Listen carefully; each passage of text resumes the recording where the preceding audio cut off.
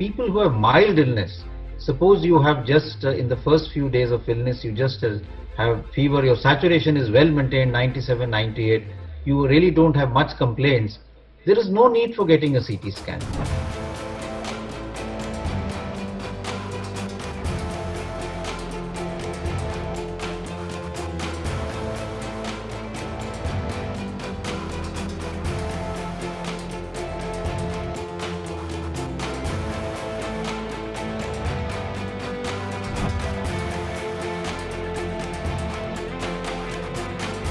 हर Covid positive patient को CT scan करवाने की बिल्कुल भी जरूरत नहीं है।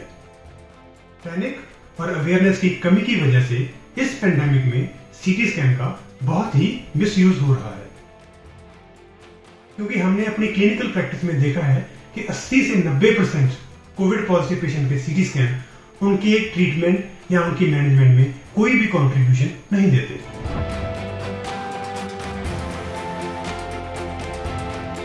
सबसे पहले हमको ये समझने की जरूरत है कि सीटी स्कैन एक रूटीन टेस्ट नहीं है। इसमें हार्मफुल रेडिएशन, जिसको हम एक्सरेज बोलते हैं, उसका यूज होता है। दूसरा, जितने भी सीटी स्कैन सेंटर हैं वो सब क्लोज स्पेस में होते हैं और उनमें कॉमन वेटिंग एरिया होता है। तो जब ऐसे सेंटर्स में Covid positive patient CT scan करवाने जाता है तो बाकी मरीजों के लिए या बाकी अटेंडेंट्स के लिए भी कोविड इन्फेक्शन का सोर्स बन सकता है।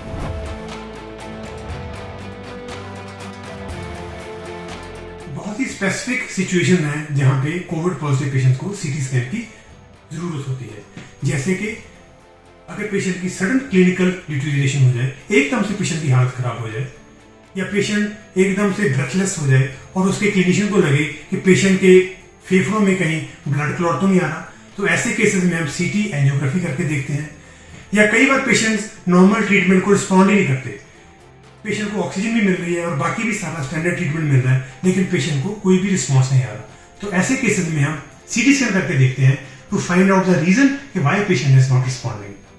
और चौथा, कुछ पेशेंट्स को साथ में कोई और डिजीज होती है, जैसे कि टीबी होता है या और कोई भी फेफड़ों की और बीमारी हो सकती है।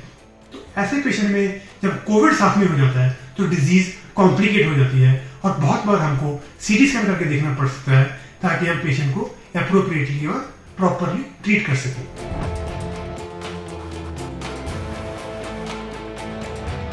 कोविड की रूटीन मैनेजमेंट में सीटी स्कैन की कोई भी जरूरत नहीं होती, स्पेशली जो पेशेंट एसिम्प्टोमेटिक है और माइल्डली सिम्प्टोमेटिक है, जिनको हल्का बुखार या हल्की खांसी है, उनको तो सीटी स्कैन बिल्कुल ही नहीं करवाना चाहिए। उल्टा अगर वो सीटी स्कैन करवाते हैं तो ये कई बार उनको मिसलीड करता है। हमने देखा है कि 30 से 40% पेशेंट्स में जो माइल्डली सिम्प्टोमेटिक होते हैं उनमें भी सीटी स्कैन में फेफड़ों में हल्के फुल्के धब्बे या स्पॉट मिल जाते हैं, जिससे कि पेशेंट एकदम से पैनिकी हो जाता है, जबकि वो स्पॉट अपने आप ही ठीक हो जाते हैं, उसके लिए किसी ट्रीटमेंट की भी जरूरत नहीं होती। और दूसरा, जो पेशेंट एडमिट होते हैं जिनका ट्रीटमेंट चल रहा होता है तो उनमें कोविड निमोनिया बढ़ रहा है या कम हो रहा है, इसको देखने के लिए भी सीटी स्कैन की कोई जरूरत नहीं है। इसको देखने के लिए पोर्टेबल एक्सरे और पोर्टेबल अल्ट्रासाउंड सफिशिएंट होते हैं।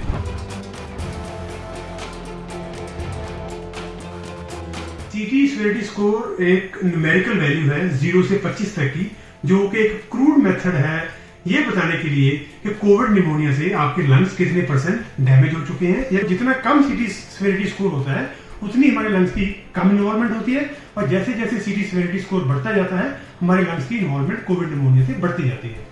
हमने इसको 3 कैटेगरी में डिवाइड किया है। अगर 0 से 8 का सीटी स्कोर है तो उसका मतलब आपको माइल्ड निमोनिया है, अगर 9 से 18 है तो इसका मतलब आपको मॉडरेट कोविड निमोनिया है, और अगर 19 से 25 का सीटी स्कोर आ रहा है तो दैट मीन्स कि आपके लंग को काफी इन्वॉल्वमेंट हो चुकी है, काफी डैमेज हो चुका है और आपको सीवियर कोविड निमोनिया है।